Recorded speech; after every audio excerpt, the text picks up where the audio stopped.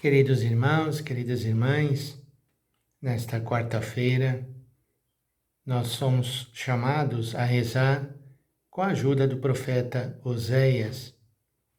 A leitura é do capítulo 10 de Oséias, onde ele faz uma comparação muito própria de Israel com uma vinha, para demonstrar o cuidado com que o Senhor se dedica ao seu povo.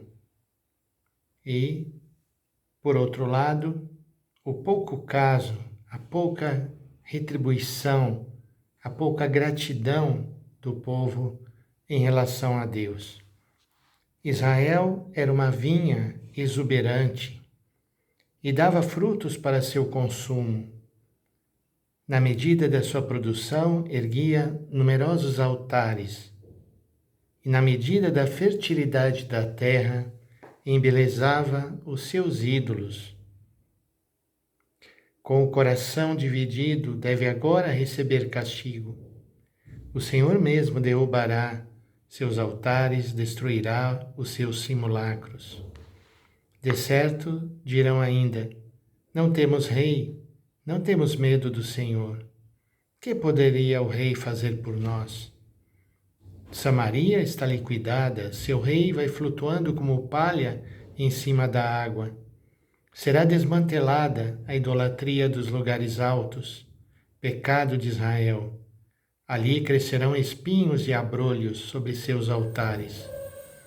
Então se dirá aos montes: cobri-nos, e às colinas: caí sobre nós. Semeai justiça entre vós e colhereis amor. Desbravai uma roça nova. É tempo de procurar o Senhor, até que Ele venha e derrame a justiça em vós. Portanto, irmãos e irmãs, somos chamados a pedir ao Senhor que não leve em consideração os nossos desvios, as nossas idolatrias, mas que nós tomemos consciência que é importante procurar o Senhor, buscar o Senhor em cada momento da nossa vida. Já o Evangelho de hoje, nós temos o capítulo 10 de São Mateus, que é chamado de o discurso missionário. Ali são reunidas diversas instruções que o Senhor deu aos seus discípulos.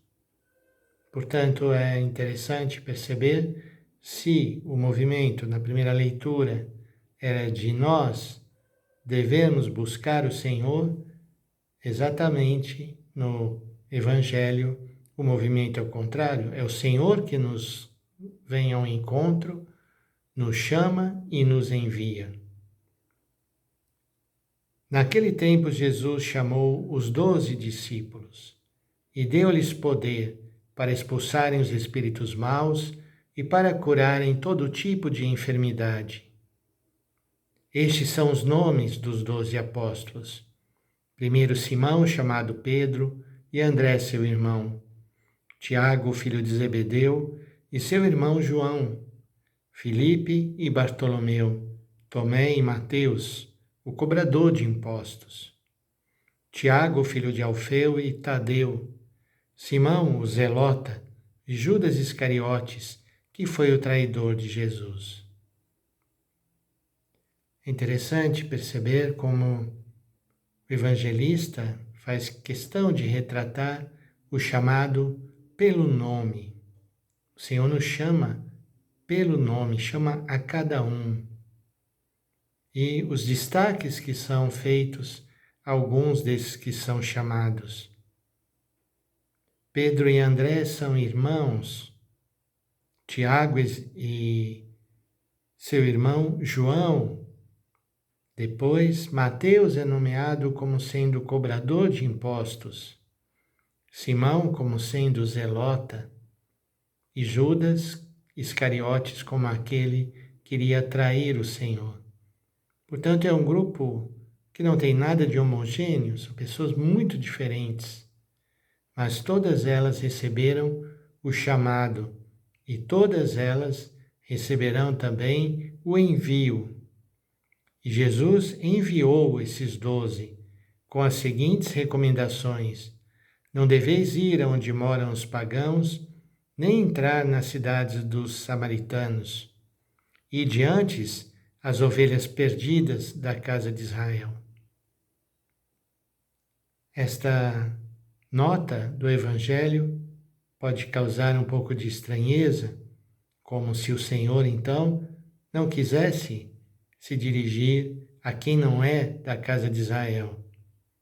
Mas aqui nós temos que, em primeiro lugar, considerar que Mateus escreve para pessoas que eram oriundas do judaísmo. Portanto, ele vai dizer que o Messias era aquele que deveria tratar, em primeiro lugar, das ovelhas perdidas da casa de Israel. Nós sabemos, pelo trabalho missionário de Paulo e outros apóstolos, que o Senhor não escolhe pessoas e ele leva o reino de Deus aonde ele vai. Portanto, todos são destinatários do reino. Mas aqui se trata da emergência. Era aqueles que mais precisavam nesse momento, as ovelhas perdidas da casa de Israel. Em vosso caminho anunciai, o reino dos céus está próximo. Então, irmãs e irmãos, vamos também nós nos colocarmos nesse movimento missionário e vamos ver que os apóstolos recebem de Jesus o poder de fazer aquilo que ele fazia, expulsar os espíritos maus e curarem todo tipo de doença e enfermidade. Portanto, Jesus distribui, partilha o seu ministério com esses homens. E nós hoje também somos chamados a levar adiante esse mesmo projeto de trazer vida, de expulsar aquilo que está impedindo as pessoas de se sentirem livres e de poderem servir o Senhor. Vamos pedir essa graça que o Senhor continue nos enviando, mesmo sabendo quem nós somos, nossas dificuldades e nossas fraquezas. Que o Senhor nos abençoe e nos guarde, que o Senhor nos mostre a sua face e nos dê a sua paz. Em nome do Pai, e do Filho, e do Espírito Santo. Amém.